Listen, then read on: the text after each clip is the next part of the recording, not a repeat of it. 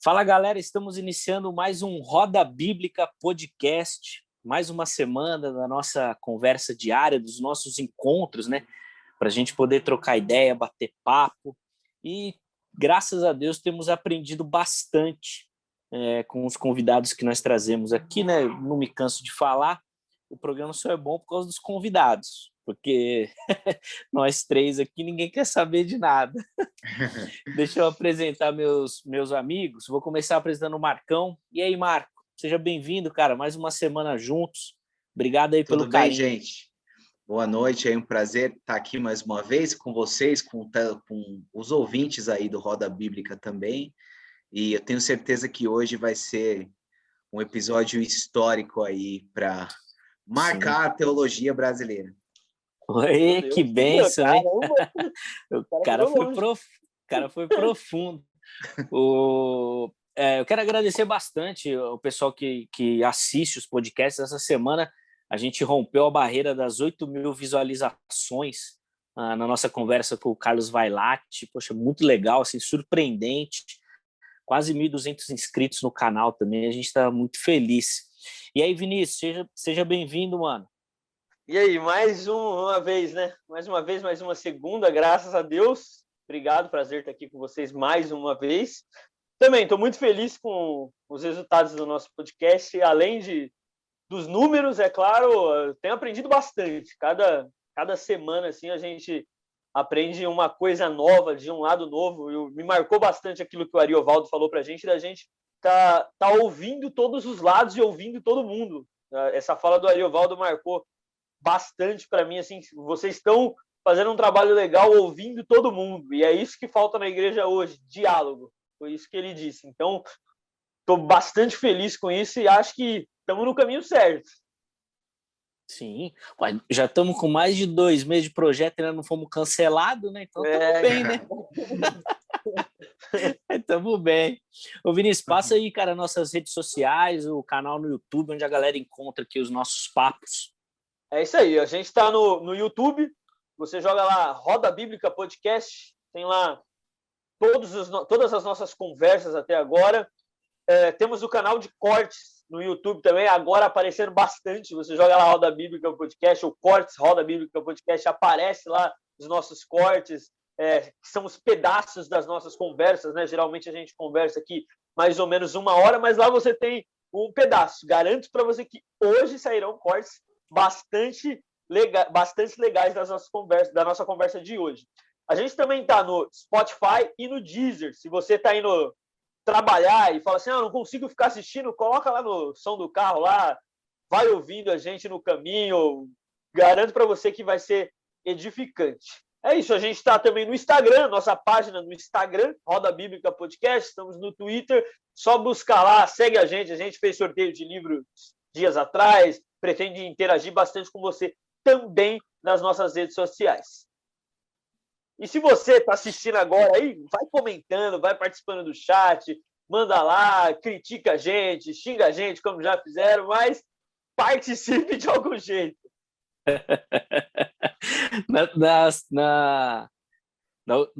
Do pastor Juliano Fraga, né? Cara, o chat bombou, velho. Bombou na hora da estreia. Foi muito legal, velho. E pela primeira vez do Juliano, a gente, assim, não teve crítica. Toda semana o pessoal fala um montão da gente. Esses bobão, esses não sei o quê. A gente trouxe o pastor assembleano e respeitou, né? Não falou besteira, aí a galera gostou.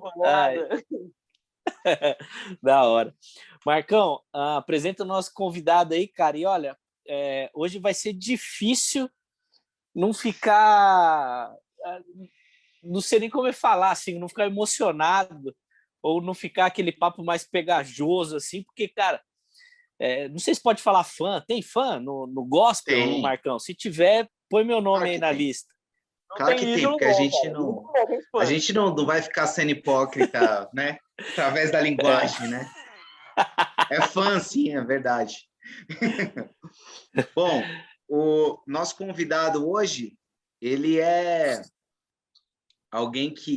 jornalista, escritor, teólogo, fundador da Rio de Paz, é alguém que é muito relevante nessa época, muito relevante no Evangelho, está entre um dos pastores que eu mais admiro e alguém que, na minha opinião, consegue fazer algo que é muito difícil, que é juntar a teoria com a prática. Um pastor que a gente vê colocando a mão na massa, não tem medo de ser um profeta, de falar as coisas, não tem medo de dizer o que ele pensa, de dizer o que o Evangelho pensa, né? Então, é muito inspirador o posicionamento dele, é muito inspirador a forma como ele olha o Evangelho, né? Uma vez me impressionou muito quando ele disse que se Deus ele é o fundador de todas as coisas e é aquele que controla o universo, antes de um meteoro cair em cima de mim, em cima de você, esse meteoro tem que pedir autorização para Deus para ver se ele pode cair lá, né? Então, a gente não precisa ficar com medo dessas coisas, de teoria de conspiração, de um meteoro que vem, porque Deus está no controle de todas as coisas. É um prazer hoje aqui, o Roda Bíblica tem o prazer de receber o pastor Antônio Carlos Costa. Aí, pastor. Boa, pastor, seja bem-vindo. Irmãos, eu estou super assim lisonjeado e consolado com o que os irmãos estão dizendo, porque com meus 20 e poucos anos, 21 anos, 22 anos, já recém-convertido, eu subi as montanhas de Arraial do Cabo, no Pontal da Atalaia, e nas madrugadas com os pastores da Assembleia de Deus, eu gritava, literalmente, pedindo para que Deus me usasse. Então, saber que eu estou sendo entendido e que pessoas estão amando mais a Jesus por meio da minha vida me comove profundamente. Eu espero jamais decepcioná-los. Amém.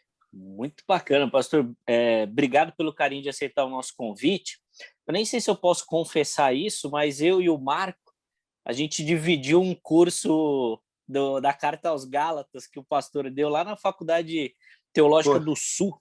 Não sei se é esse o nome da faculdade. Sul-Americana, que, nossa, inspirador é pouco, né? Que material, que aula. Inacreditável. Bênção. Aulas cria. Bênção. Foi bênção demais. E o Marcão ainda me ajudou rachando o valor, né? Aí ficou bom. Aí ficou bom. Graças a Deus. Pastor Antônio, eu quero começar trocando ideia com a seguinte questão, que inclusive foi uma postagem sua agora, em poucas horas, falando sobre a fome no Brasil. E o irmão colocou um dado na sua postagem de 125 milhões de pessoas que sofrem com a fome. 125 milhões é mais do que a metade da população brasileira. É um cenário assustador. Como é que a igreja pode colaborar, pastor, para diminuir essas mazelas, principalmente relacionada à fome? O quadro realmente alarmante. Nós temos hoje no Brasil cerca de 54 milhões de pessoas vivendo com R$ 455 por mês. Cerca de 15 milhões vivendo com R$ 157 por mês.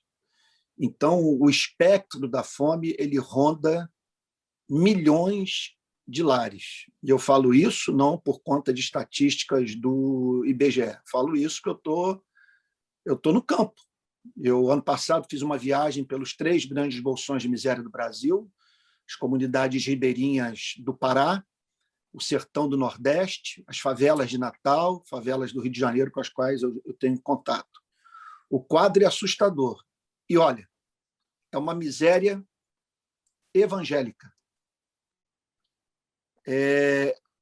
Na maior parte dos lares que eu entrei, eu me deparei com pessoas com Bíblia na mesa da sala, com rádios sintonizadas em canais evangélicos e com pessoas me recebendo com aquela saudação típica de irmãos pentecostais. Então, essa é uma tragédia que está atingindo em cheio a igreja. Então, eu daria 3 respostas para a sua pergunta. Eu vou procurar ser bem objetivo para poder interagir o máximo com os irmãos. Em primeiro lugar, é nós praticarmos a misericórdia intramuros, entre nós mesmos. Mapearmos nas nossas igrejas os membros que estão passando necessidade e os socorrermos imediatamente. Em segundo lugar, nós nos dedicarmos à filantropia e nos juntarmos àquelas organizações da sociedade civil que estão envolvidas com o combate à fome. O Rio de Paz é uma delas. E, por fim, nós temos que exercer pressão política. Penso que nós dormimos no ponto quando permitimos que o auxílio emergencial fosse cancelado em dezembro, só voltasse, isso com grande dificuldade, de uma forma bastante incipiente, no mês de abril. Foram 90 dias, milhões de brasileiros entregues à misericórdia incerta da sociedade. Nós precisamos entender que os problemas sociais que nós enfrentamos são de tal magnitude que a filantropia da igreja, até mesmo da sociedade como um todo, não dá conta. Nós precisamos da ação estatal.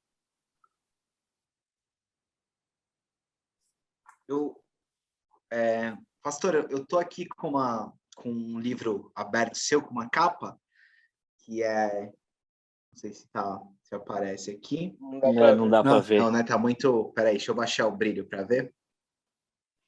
Se aparece. Sim, Convulsão aqui Protestante. Um pouquinho, que é o Convulsão Protestante. Você publicou esse livro pela editora Mundo Cristão, né? E isso. O título do livro é Convulsão Protestante, quando a teologia foge do templo e abraça a rua. Eu queria que você falasse para nós um pouco desse conceito, porque o evangelho, como é entendido no Brasil, a religião ou o ser evangélico é uma coisa muito templária, né? Inclusive, a gente até está tendo um problema agora dos pastores que não conseguem entender que dá para fazer culto sem estar no templo, né? Então, estão querendo fazer culto no templo mesmo na pandemia e tudo mais. Mesmo sendo paralelo do evangelho, que o evangelho é vida, e o culto dentro do templo nessa época pode representar a morte, mesmo assim os caras ainda querem fazer, né? Eu queria que você me falasse que evangelho é esse que foge do templo e abraça a rua? Como isso é possível? Olha, primeiro eu tenho que falar sobre o que me levou para o templo. E o que me levou para o templo foram as crises existenciais que eu vivenciei a partir dos 20 anos. Então, naqueles dias, o tema da morte me angustiou profundamente. A ideia de que nós duramos pouco e que um dia teremos que nos separar de tudo e de todos que amamos para sempre.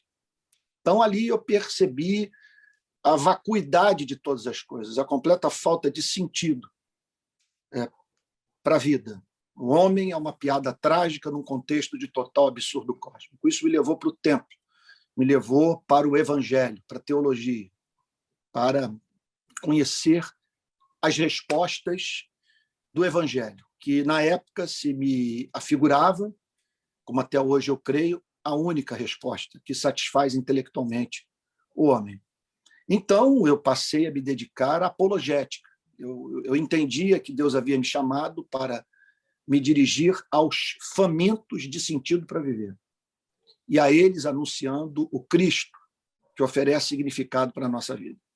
Acontece que isso tudo me colocou em contato com o mundo da teologia. E, ao me deparar com as verdades centrais do cristianismo, houve uma que causou implicações éticas profundíssimas na minha vida, que é a dignidade humana, o homem criado à imagem e semelhança de Deus. E aí, então, eu entendi que eu não podia circunscrever o meu chamado apenas à apologética, porque se realmente aquilo que no meu trabalho apologético eu estava declarando ser verdadeiro, quer dizer, expressasse a realidade dos fatos, eu não tinha como ignorar o sofrimento dos seres humanos. Então, a teologia, veja só, a teologia ela me levou para a militância. A angst humana, essa falta de sentido e a consequente paixão pela apologética na minha vida, fizeram com que eu passasse muitos anos, a maior parte do meu ministério, sem me envolver com as questões político-sociais. Mas houve um momento em que eu percebi que não é apologética aquela que não encarna a verdade que prega. E que não há apologética mais eficaz do que a encarnada. Mas faltava alguma coisa que servisse de obstetra do meu compromisso com o pobre, com a justiça social, com a defesa de direitos. E o que serviu de parteiro desse compromisso mais simétrico com a missão da igreja foi o meu contato com as favelas do Rio de Janeiro. Em 2007, organizei uma manifestação que teve repercussão no mundo, aquela das cruzes em Copacabana. Ali nasceu o Rio de Paz. Desde então, os meios de comunicação cobrem tudo que nós fazemos, os nossos atos públicos correndo o planeta. E, por conta dessa dinâmica, eu fui parar no lugar onde ocorrem as mais graves violações de direito, as favelas. E ali nas favelas do Rio de Janeiro, a minha teologia foi severamente confrontada. Então, perguntas foram feitas ao meu sistema de fé que demandaram resposta. E aí, então, eu entendi que a mim me cabia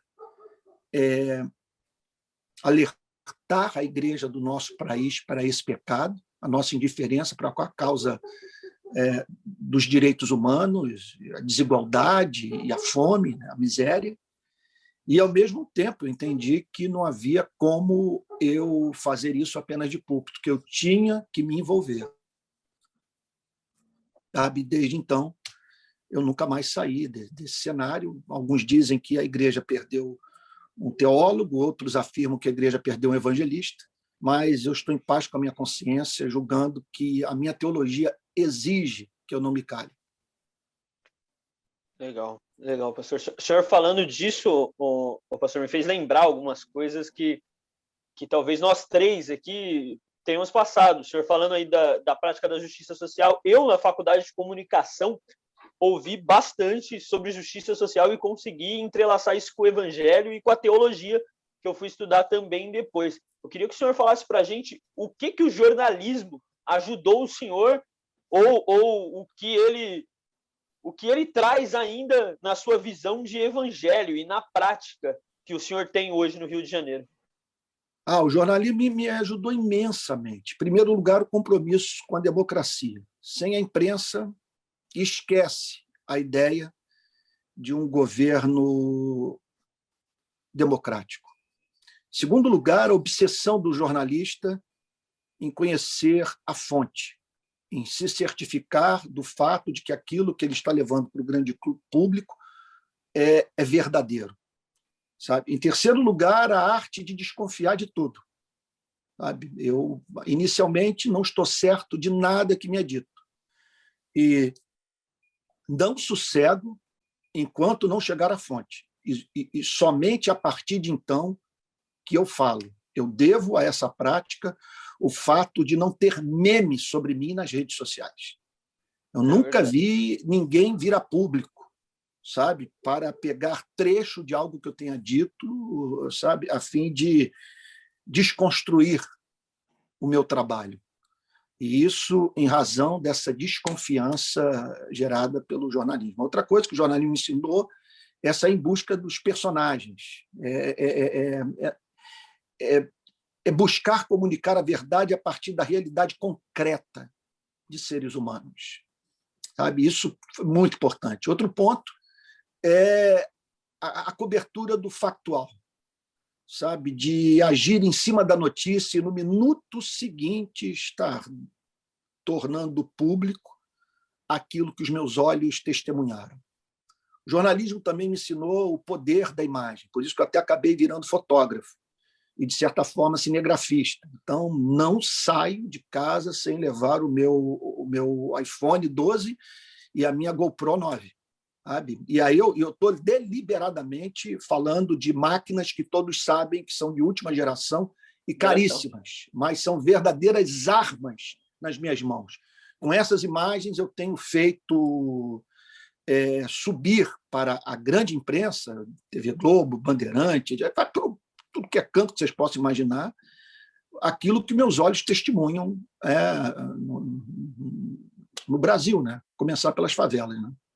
Então, o jornalismo tem sido outra coisa. O jornalismo me colocou em contato com algumas das melhores mentes do país e me mostrou também a importância de eu ter as minhas fontes, sabe? Diante de algum fato, ligar para 3, 4, 5 pessoas e pedir opinião dessa gente que me assessora. Isso passa por policiais, magistrados, colegas jornalistas, pesquisadores e moradores de favela.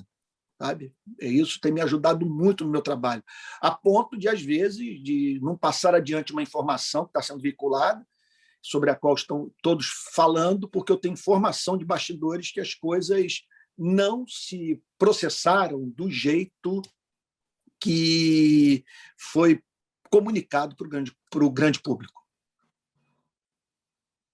Perfeito, pastor. A sua faculdade de jornalismo foi antes de teologia? Não, a minha situação, a minha relação com o jornalismo é parecida com a do Boechat.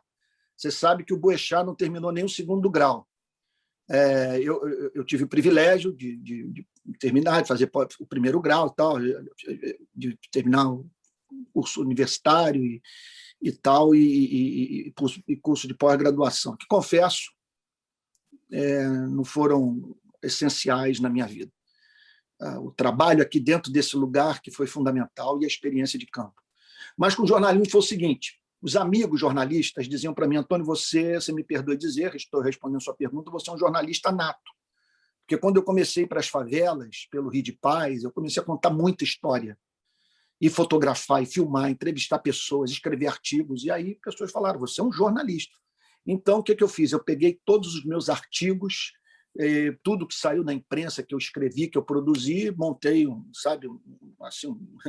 dossiê, levei para a Associação Brasileira de Imprensa, e eles me reconheceram como jornalista. Depois fui para o Sindicato de Jornalistas do Rio de Janeiro e também me sindicalizei, de maneira que eu sou um jornalista sem a formação universitária.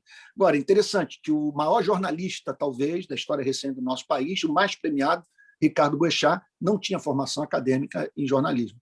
Sabe? Eu acho que, em alguns casos, é como na teologia. Sabemos de teólogos como Martin Lloyd-Jones, por exemplo, que não tiveram formação acadêmica em teologia. Caio Fábio. Então, existem essas exceções. Né? Eu, por exemplo, eu funciono melhor lendo do que ouvindo. Sabe? Não sei se eu tenho um pouco de déficit de atenção e eu preciso ficar trancado e lendo e relendo e ouvindo, eu não funciono bem. Então é isso. Essa é a minha história com o jornalismo. Eu não tenho diploma. Sabe? Eu tive a minha vocação reconhecida por 2 instituições assim muito importantes do Brasil: o Sindicato de Jornalismo do Rio de Janeiro e a Associação Brasileira de Imprensa. Legal, pastor. Pastor, quando o irmão fala principalmente dessa prática, e eu sou jornalista e concordo plenamente com você que é na prática que você forma um bom jornalista, um bom profissional, trabalhando, colocando a mão na massa. Mas eu queria que o pastor falasse um pouquinho disso com relação à teologia, porque o que a gente percebe hoje é um crescimento muito grande do academicismo dentro da teologia. Você lê muito livro, você pesquisa demais e tal, beleza. Mas quando você falou, eu estava lá na favela e lá apareceram perguntas que eu não tinha resposta. E aí a prática te deu isso. Como é que o irmão enxerga essa questão hoje de associar um pensamento teológico que eu acredito que tem avançado no Brasil, mas parece que avança teoricamente e não praticamente? Uhum.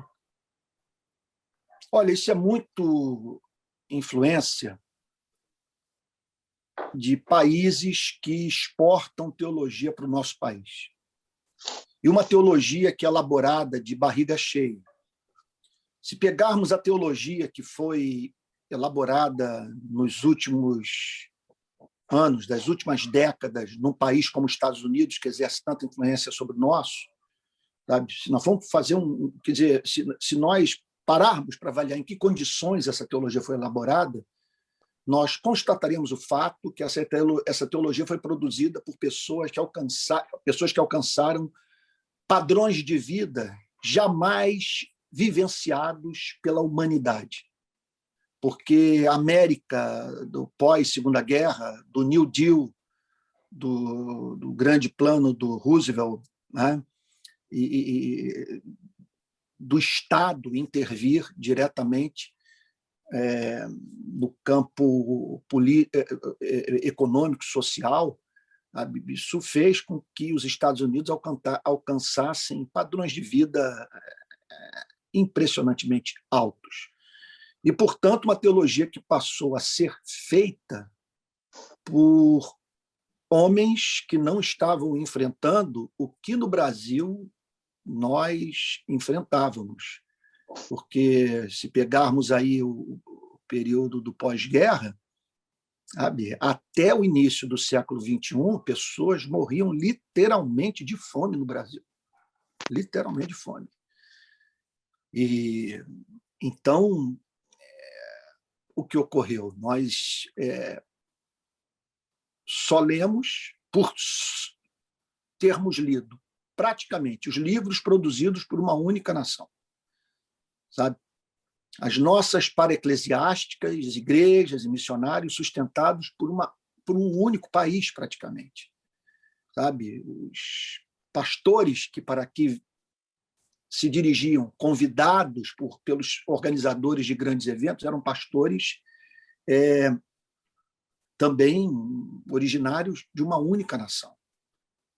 Eu penso que isso exerceu um papel muito forte na construção da nossa visão missionária.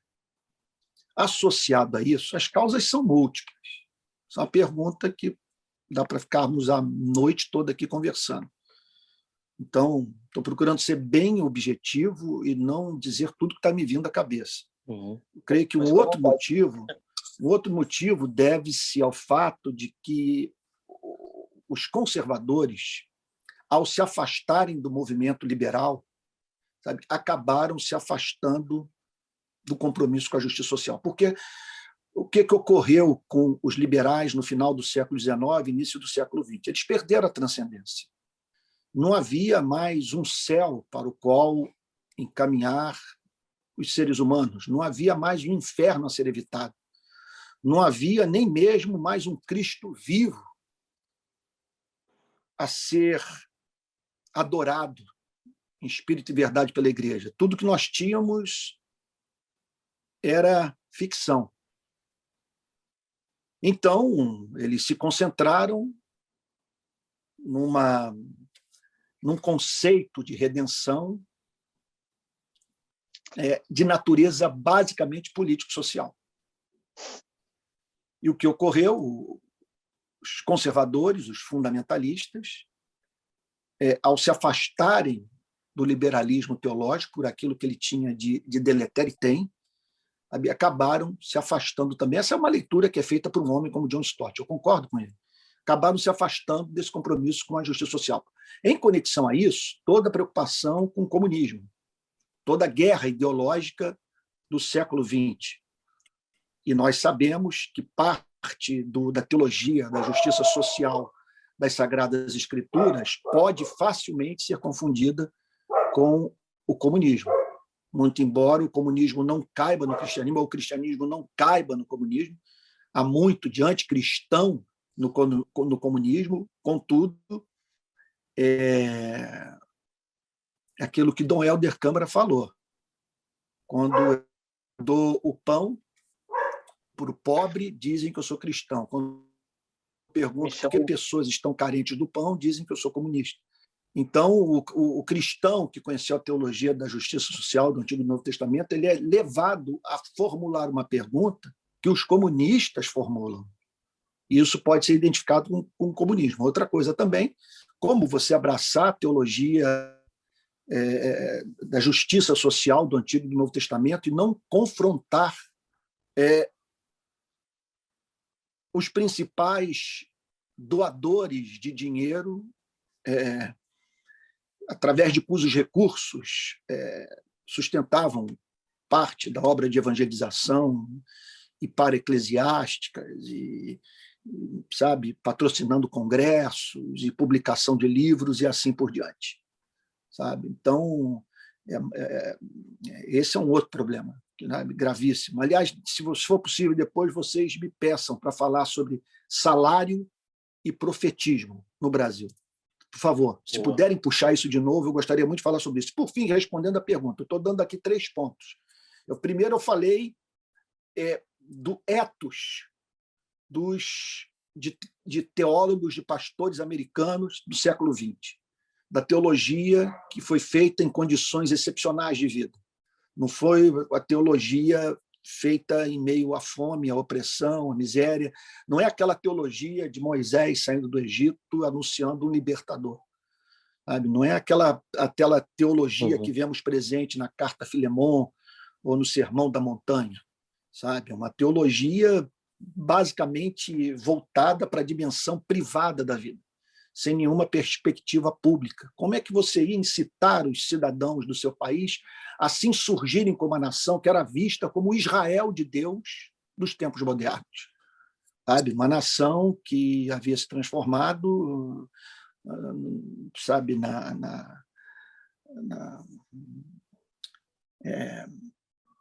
no país encarregado por Deus de levar a redenção para o mundo. Como é que você vai questionar isso? Como é que você vai dizer que havia muita injustiça nessa nação?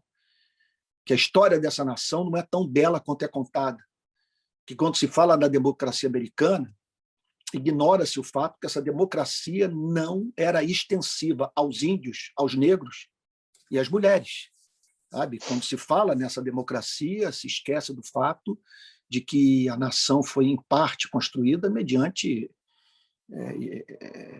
a exploração da mão de obra da classe trabalhadora. Sabe?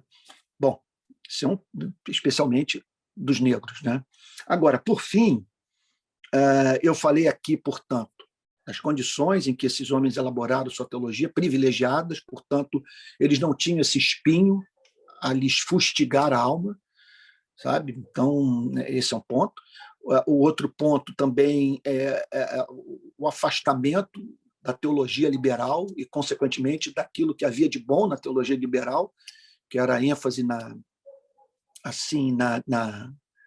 justiça social, sabe? Esses são pontos assim muito importantes. Agora, eu acho que é um terceiro fator, que tem a ver com a nossa história. Foram 350 anos de escravidão no Brasil. Isso não tem, uma nação não se cura de 350 anos de mandonismo, de patrimonialismo, de nepotismo, sabe? 350 anos de desigualdade, de exclusão, de tortura. Sabe? Você não é curado. Olha, o sistema ele termina nos meus bisavós, provavelmente nos tataravós de vocês. O meu avô, o pai do meu pai, certamente viveu no regime da escravidão. Meu bisavô, sem a mínima dúvida. Sabe? Como que você pode duvidar de que isso não passou para o meu avô, não passou para o meu pai, não passou para mim, que essa coisa não está na nossa cultura, que nós naturalizamos, nós temos como normal o que é obsceno? De onde surgiu o conceito de quarto de empregada doméstica, de elevador de serviço?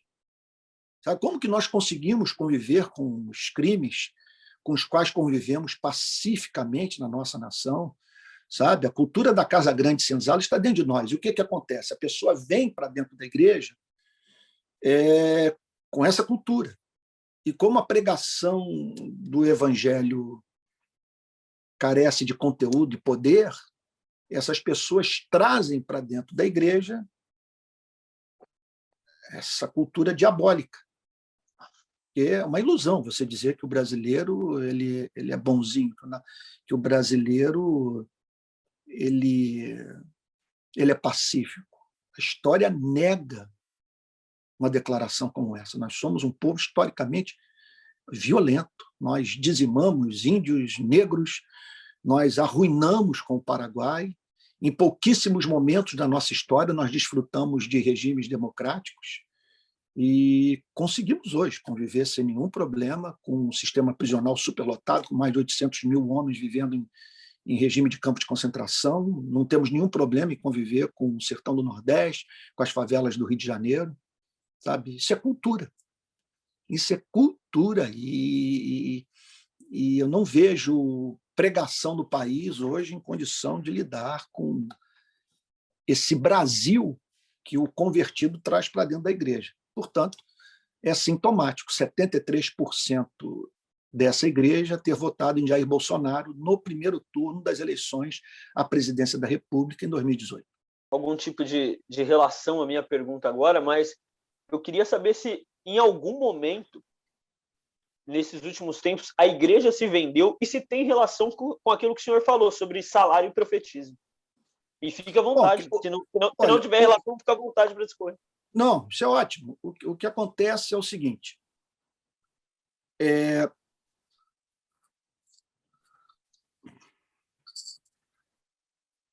O salário do pastor titular, em geral, é bancado pela igreja local. Sabemos de pastores que são mantidos pela denominação, ou autarquias, ou sustentados por para-eclesiásticas, cujo dinheiro vem de um mesmo país, na maior parte dos casos, e de pessoas que, além de se considerarem cristãs, se consideram adeptas de uma espécie de ideologia e que as faz votar quase sempre no mesmo partido. Então, pensemos no drama desse homem, hoje aqui representado por mim. Ele tem um diploma, o diploma de teólogo, que do lado de fora da igreja não serve para nada. O que um teólogo vai fazer com diploma de teologia fora do contexto de uma igreja local? E, olha, temos que parar para pensar nesse fato. Um ministro do Evangelho, um pregador da palavra de Deus,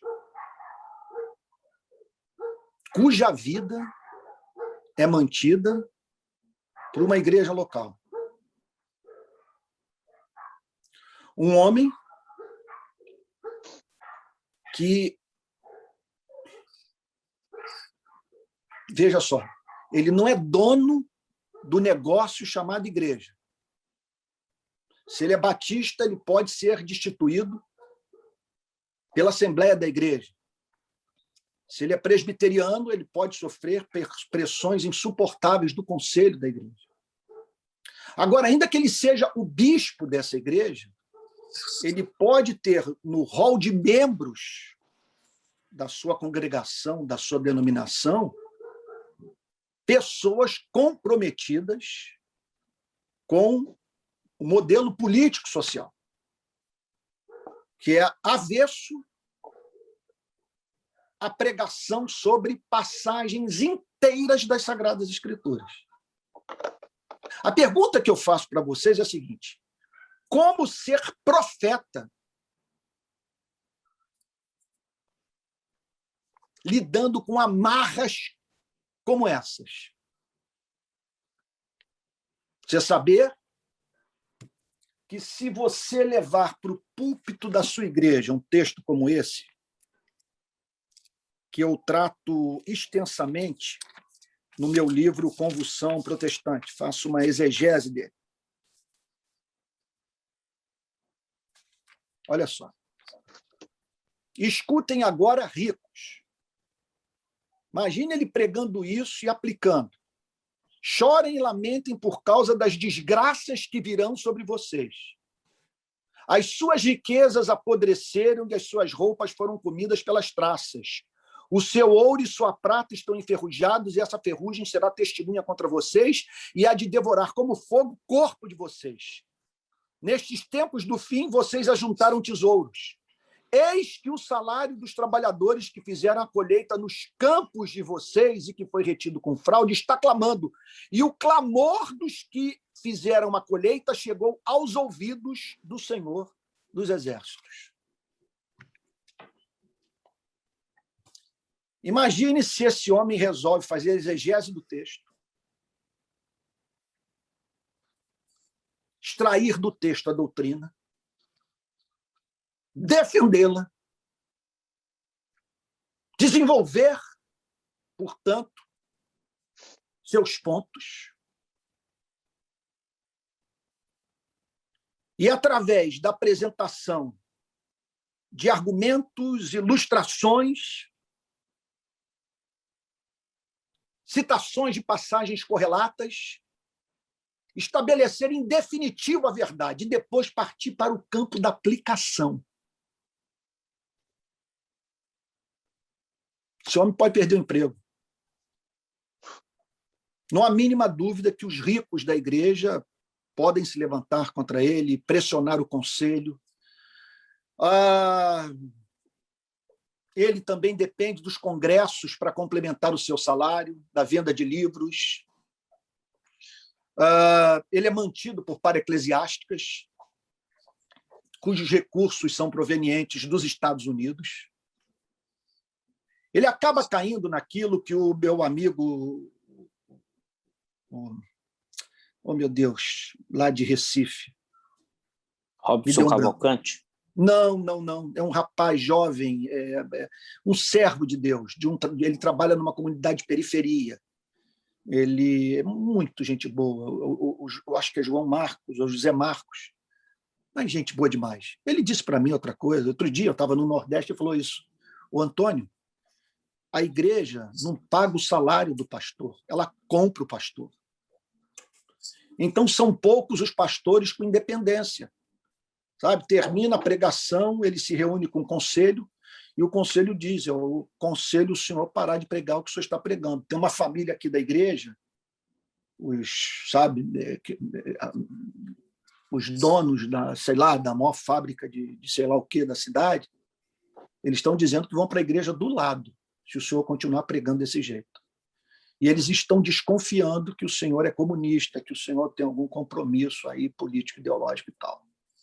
O que eu quero dizer é o seguinte, que tem que ter muito peito para você profetizar sabendo que correrá o risco de voltar para casa, olhar nos olhos da sua mulher e dizer: não sei como faremos para no mês que vem sustentar nossa família.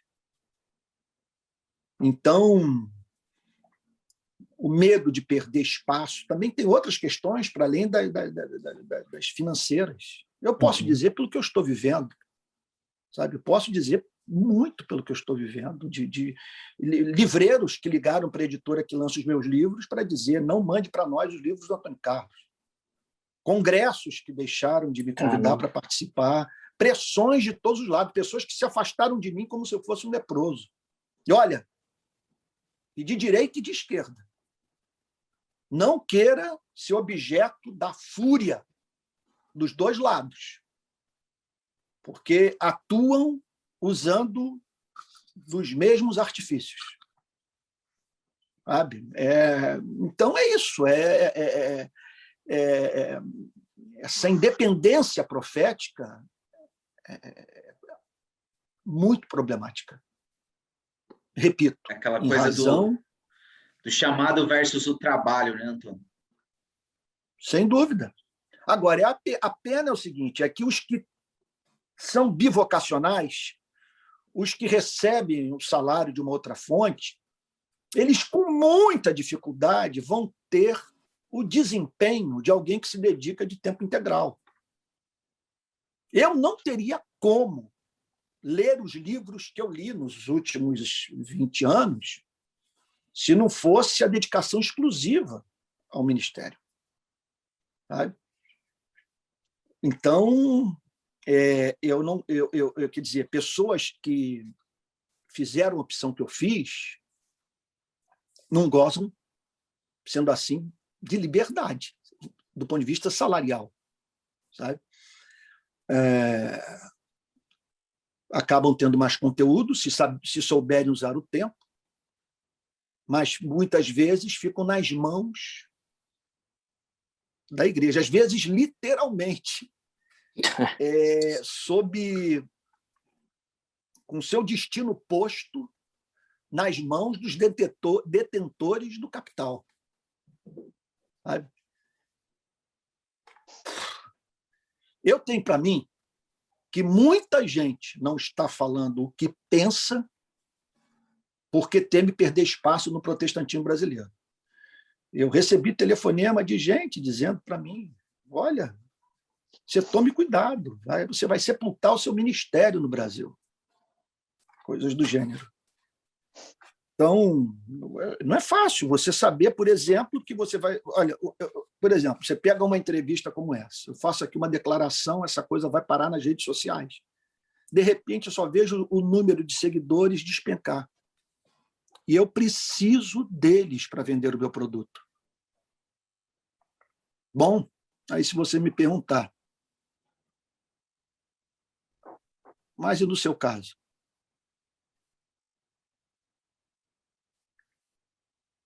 Olha, eu creio no juízo final. Eu estou convencido de que haverá um grande acerto de contas um dia.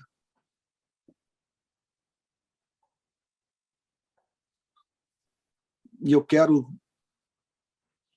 naquele dia, pela graça divina, não ser chamado de covarde. É isso. Pastor, infelizmente nosso tempo já terminou, mas eu queria fazer uma última perguntinha, assim, vou pedir para o irmão responder Sim. bem rapidamente, mas coordenando aí e pontuando o seu raciocínio.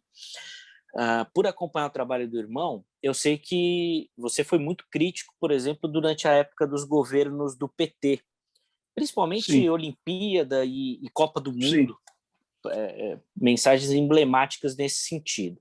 Assim como agora, o irmão também sempre questiona, fala e aponta quando observa questões que estão equivocadas.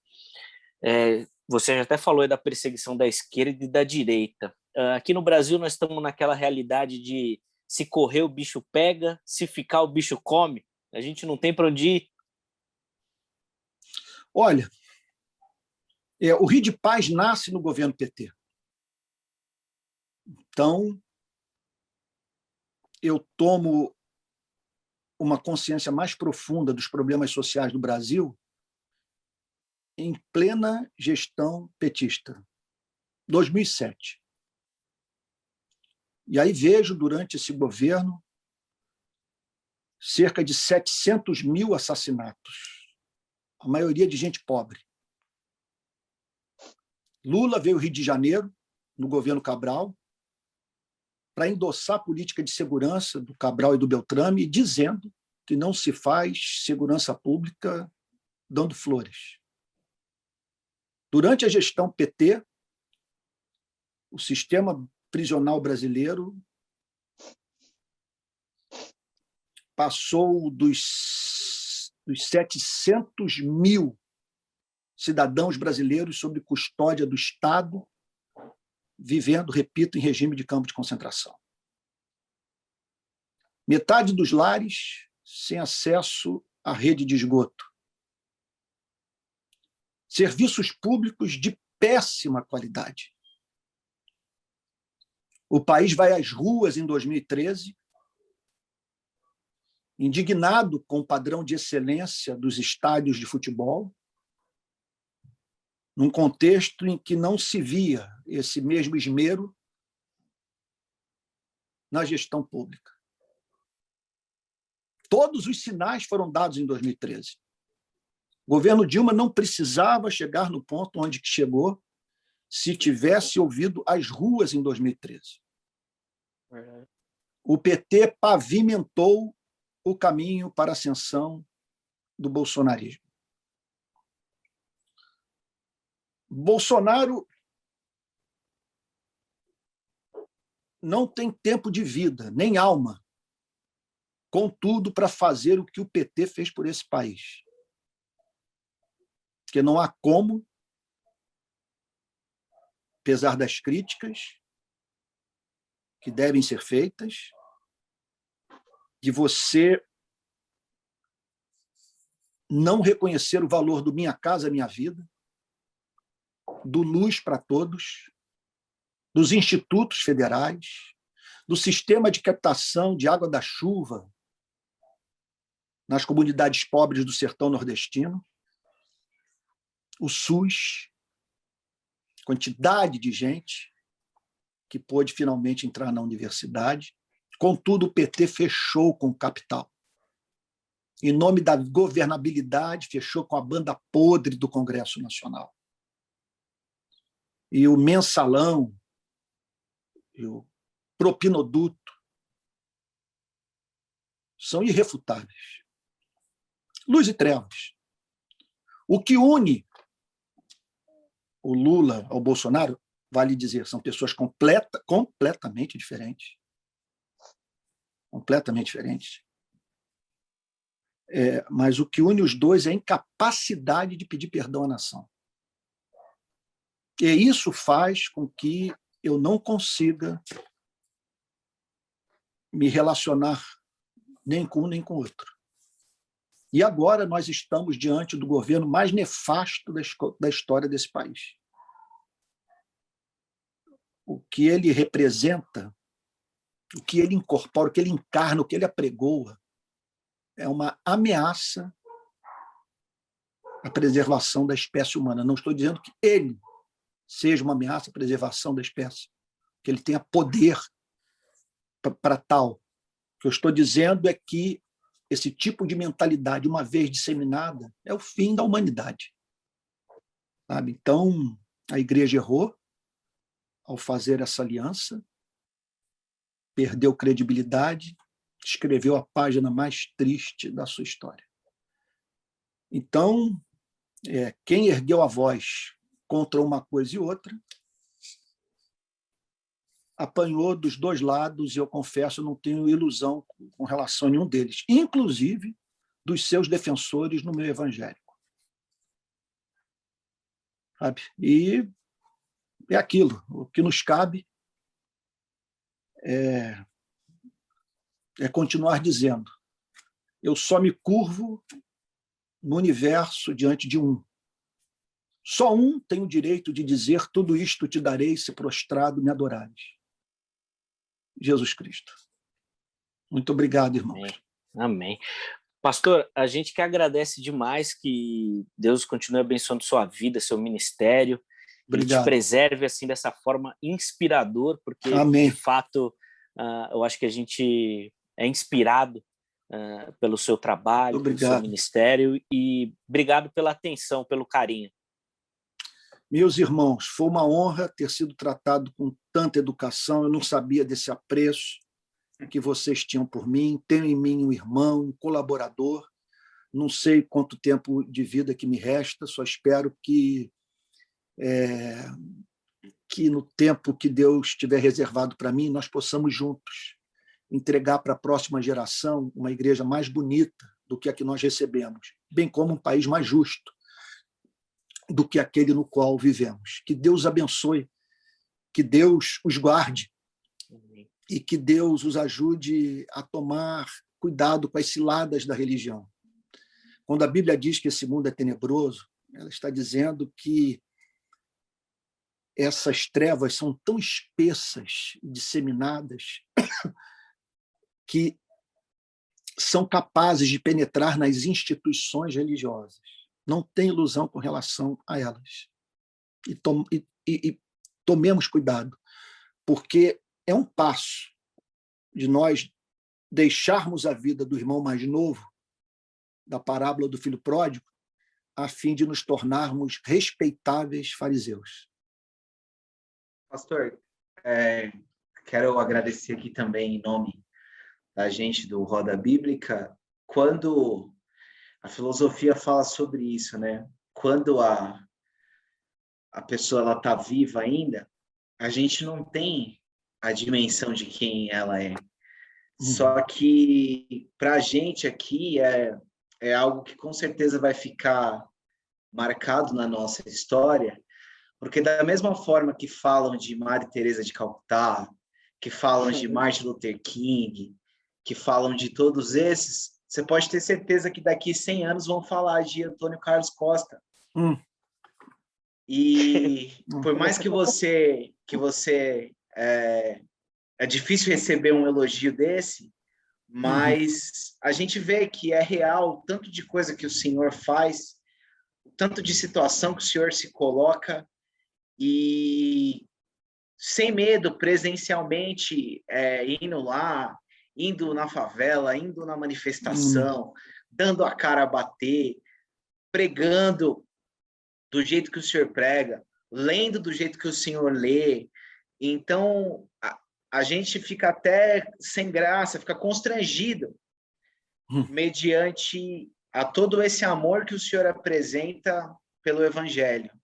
Então, resta a gente só agradecer mesmo. Amém. Muito obrigado. Muito obrigado, meu irmão querido.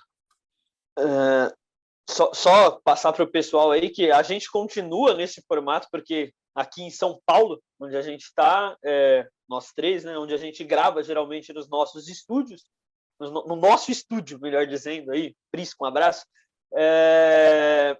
ainda está uma situação muito crítica aqui, as fases agora parecem que estão melhorando, agora indo para a fase vermelha, agora a fase de transição, e em breve a gente deve voltar para o estúdio. E um sonho, quem sabe um dia, trazer Antônio Carlos aí no nosso Vai ser uma honra.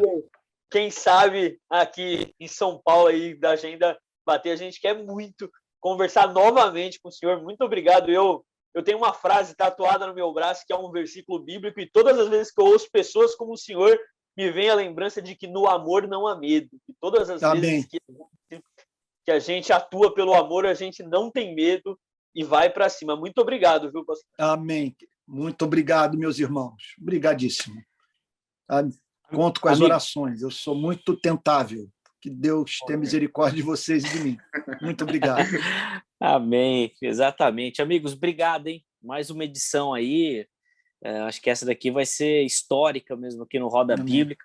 Deus abençoe e até semana que vem. Se inscreva no nosso canal, comente aí o vídeo, compartilhe, fique à vontade. Forte abraço e até segunda. Amém.